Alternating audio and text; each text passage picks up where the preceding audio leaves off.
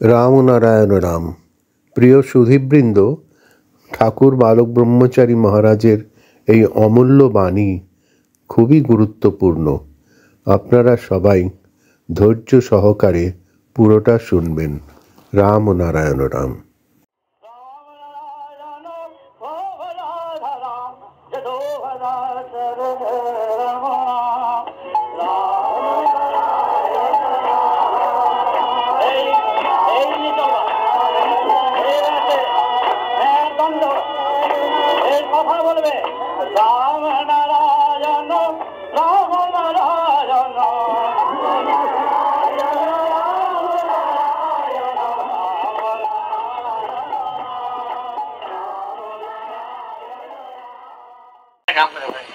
দেখা গেল ভুলটা ঠিক। আমার এক সহপাঠী ছিল, মান্না নাম, মান্না। সে একজন ফিল করছো তার গলা দেখা গেল তার ভুল বুঝা বুঝতে পারছে। সে ভুল, সেই জন্য ভুল বলছে ধারণার বসে চলবে না। হাসপাতালে গেলে ধারণার কথা শোনো, তারপর দেখো, তারপর বুঝো। আর এর একটা সামান্য কথার উপরে আমি অন্যায় যদি করে থাকি, করেছি অন্যায়, সামান্য কথার উপরে আমি নিজেকে জীবন বিসর্জন যাবো কেন? এই মৃত্যু বুঝে যাবো ওর কথার উপরে আসবে কেন? সামান্য কথার উপরে ওর কথার উপরে আমি বলবো কি একেবারে দক্ষ, আমি মরে গেলে তৈরি হয়ে যাবে।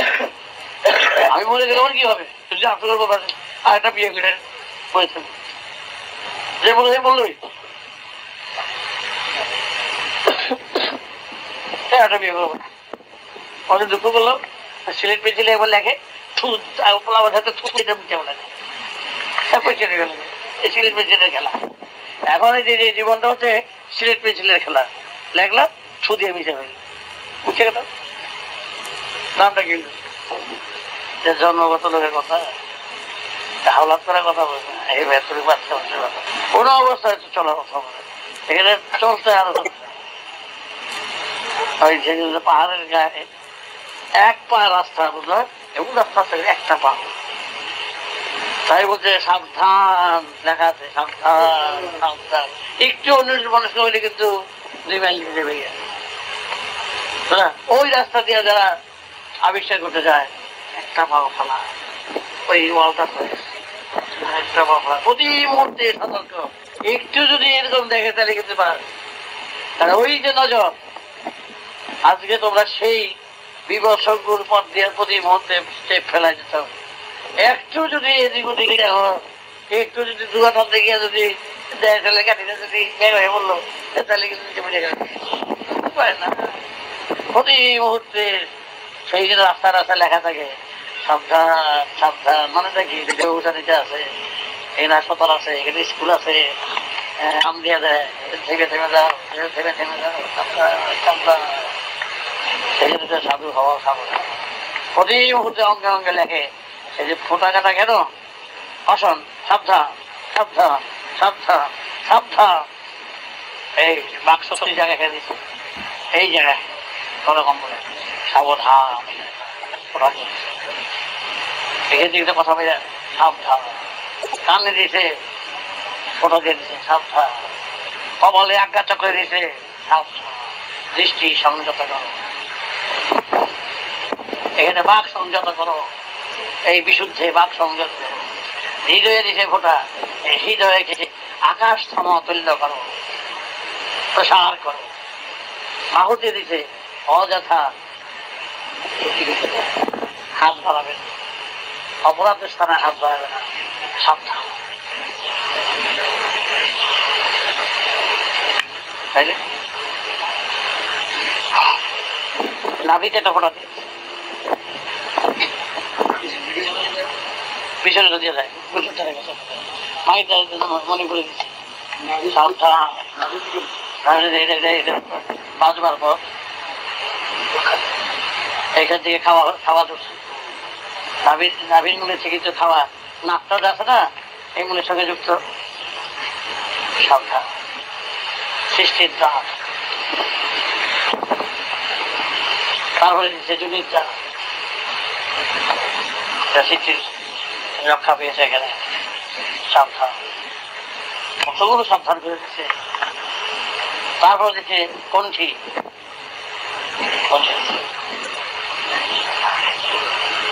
প্রতি মুহূর্তে মুহূর্তে তুমি তোমাকে কণ্ঠীর প্যাঁচ দিয়ে যেমন গল্পে আছে সেটাকে গন্ডি দিয়ে দিয়েছিল, এইখান থেকে তুমি বার হইও না, এই আসো, এই দাগের বাইরে যাইবে না। এই কণ্ঠী হলো এই দাগ, যে তুমি তোমার বাক সংযত করো, দৃষ্টি সংযত করো, শ্রবণ সংযত করো, এই কণ্ঠীর বাইর থেকে তুমি বাহির হয়ে যত রকম সুযোগে আসুক, যত প্রলোভনী আসুক, এ পথিক তুমি এই গন্ডি দিয়ে যেও না, যেও না। আর প্রতি মুহূর্তে গন্ডিও আছে, বাইরে গিয়া খাই আবার বয়েছে, তাই দানবের হাতে বয়ে গেল, দানবের হাতে অপহরণ হলো, রাবণ রচনা আরম্ভ হয়ে গেল। সেই কত খেলা দেখে, সেই সীতাকে সন্দেহ করে মেলা ব্যক্তি চিন্তা করে।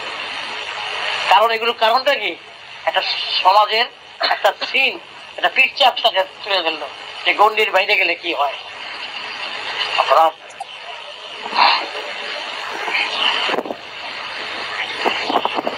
যেটা মানচিত্রের পরেও তো আছে।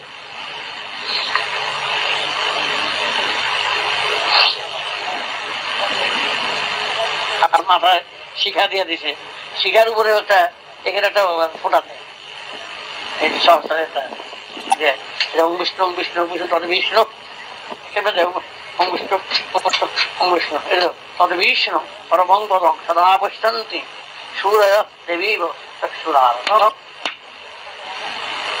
এই মুভমেন্টসটা নামাজের আজান দেয়, বিষ্ণু বিষ্ণু বিষ্ণু উস্তাদের বিষ্ণু পরমং পদং সদা পশ্যন্তি চক্ষে দিল,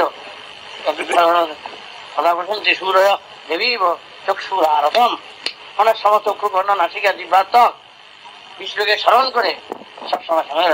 আবার খাওয়ার সময় নাগায় নম, ব্রহ্মায় নম, অনন্তায় নম, দেবদত্তায় নম, ধনঞ্জয় নম, তারপরে পঞ্চদেবতা তৃতীয় গুণ। এই যে কথাটা কি, এই পঞ্চদেবতাকে কি দিল, নাগায় দিল, ব্রহ্মায় দিল, অনন্তায় দিল, দেবদত্তায় দিল, ধনঞ্জয় নম। আমাদের প্রাণায়ের সাহা, অপনায়ের সাহা, সমনায়ের সাহা, উদানায়ের সাহা, বেনানায়ের সাহা। মানে উদান, বেদন, সমন, বায়ু, পিত্ত, কফ, সবকে সমতুল্য রেখে সবাইকে স্মরণ করে, হ্যাঁ, আমি জল গ্রহণ করব।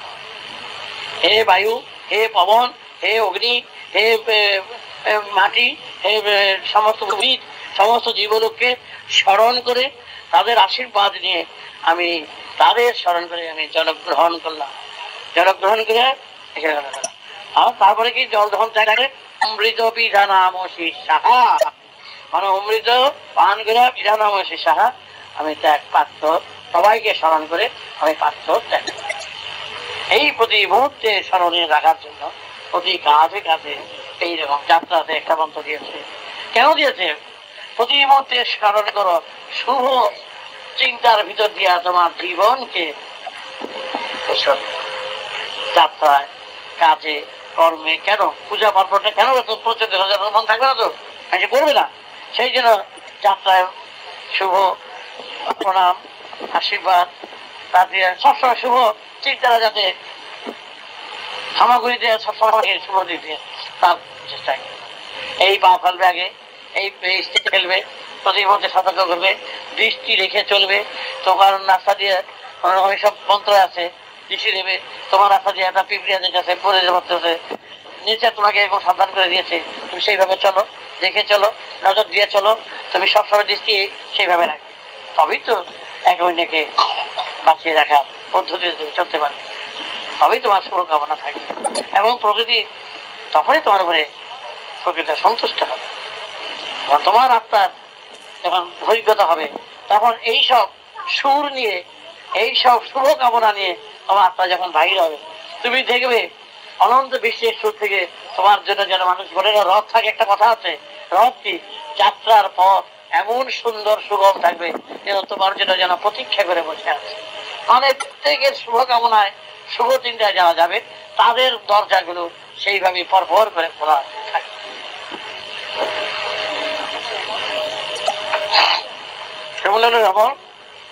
ভালো আছে? আর ফজলামি করলে ফৈসলামি করবা, বৈশা বৈশা খালি মাথাটাছি করবা, এদিক ওদিক মন দিবা, এদিক ওদিক চলবা, সেটাটা শিখে যাবি খাবে।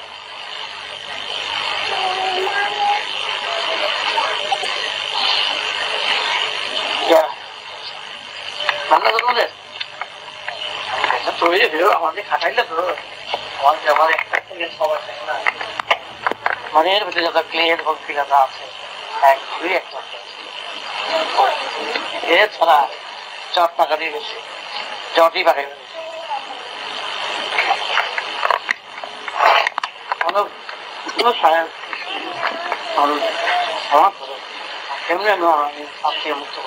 আমি তো বুঝতে পারছি না, আর তো সময় নাই, আমাকে যা শাস্তি দেওয়া দাও আমাকে এই চলতে হবে। এই যে কান্না, এই যে দুঃখ, এই যে ব্যথা, ওই অ্যাসিডিটি অ্যাসিড দিয়ে যখন পুড়ে ফেলায় ওই যে এক সাধনা।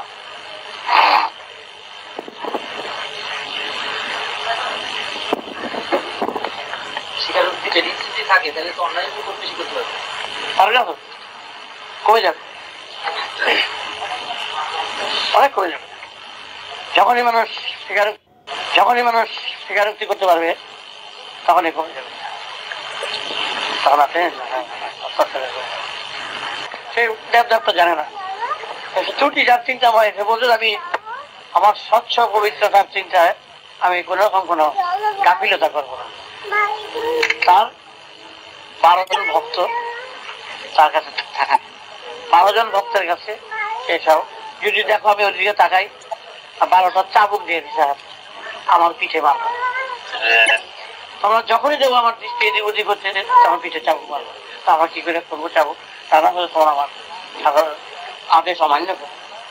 12টা লাঠি দিয়ে ও 12টা শোয়া 12 জনের মধ্যে শোয়, 12 জন ঘিরে থাকে, টাকা থাকে, টাকা না যায় 10 জন সাথে দাঁড়ায় থাকে, আমাদের খাওয়া 10 জন থাকে।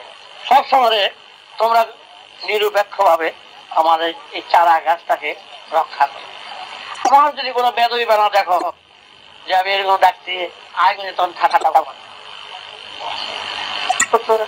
মাঝে মাঝে এদিক ওদিক করতো ঠাটাই মানে মাত্র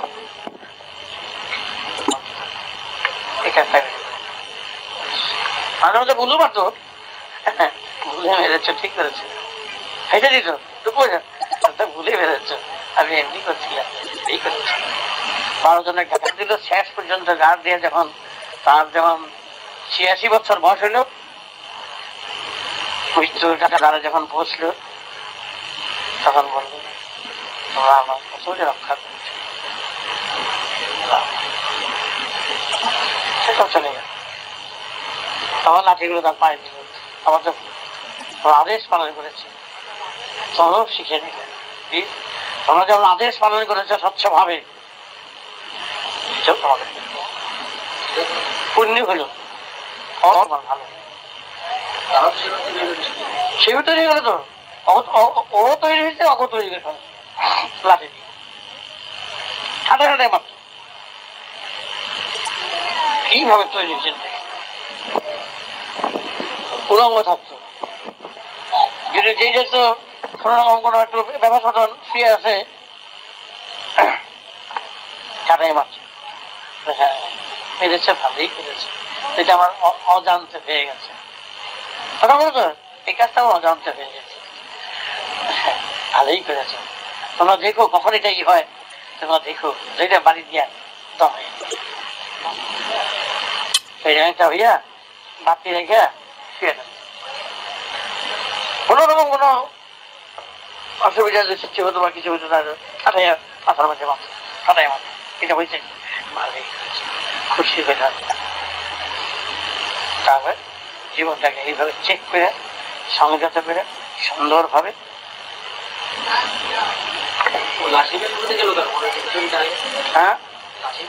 ও জানে যে আমি মারা যায় বেশি কাজ আমার সুবিধা হবে না, আমার শাসন এমন একটা শাসনের মধ্য দিয়ে আমার নিজেকে আমি ছেড়ে দিয়েছি খোলাখুলি ভাবে, ওরাই সেটা গাড় ধরে কিছুটা তো সেই হলো, অনেক শেষ হয়ে গেছে।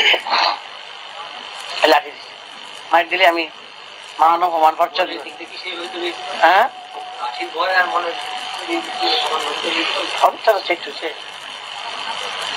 মনের দিকে যদি হয়ও তাও কাকে নিয়েছে অনুশোচনায় সুন্দর কাছে একটা মনে মনে মনে ভালো রান্নাটা হলে ভারী চমৎকার, সুগন্ধ খেতে ইচ্ছা করলো, বলছে যে ইচ্ছা তো করতে পারে, তার যে একটা সেটার যে রেজাল্ট আর ওখানে গিয়ে খাবলা দিয়ে বইয়ে খাওয়া কিছুটা বেশম হবে, এই হলো আমার সেই মনোবৃত্তিটা। তাহলে এই সুগন্ধ একটা রান্না বেরিয়েছে, আমার খেতে ইচ্ছা করে, আমার পিঠে দিখান থেকে কেন আমার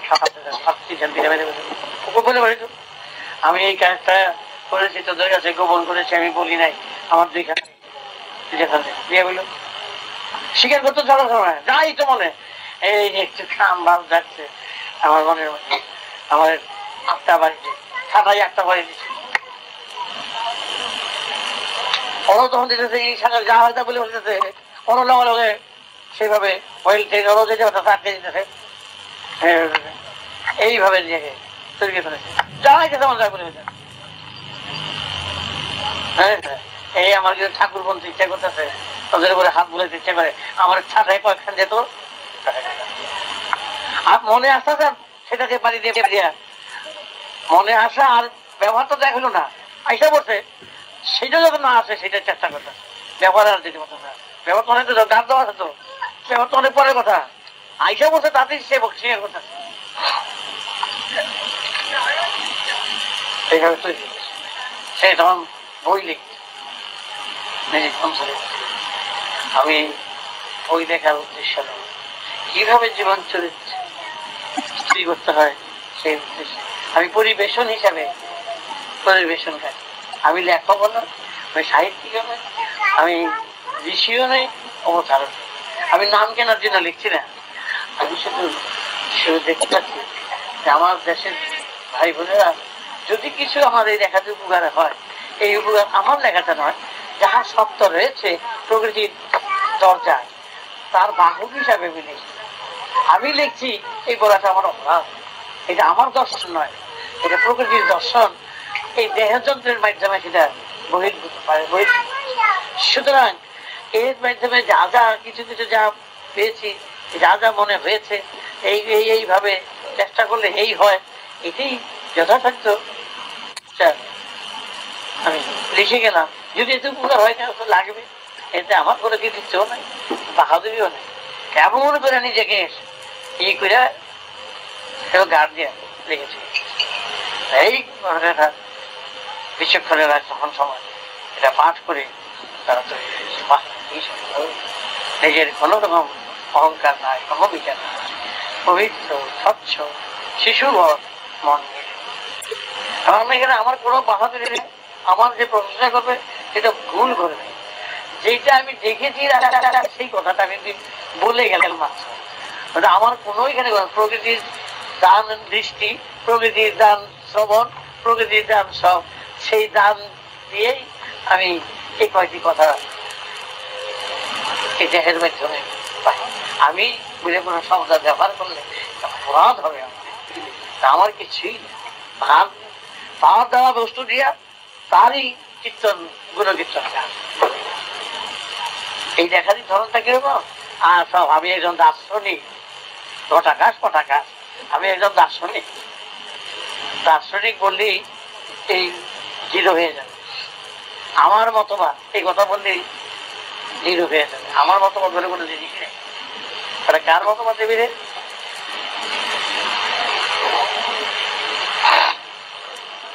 ছন্দ অন্যরকম হয়ে যাবে, বন্ধনা অন্যরকম হয়ে যাবে, কবিতা অন্যরকম হয়ে যাবে, কিছু থাকবে না।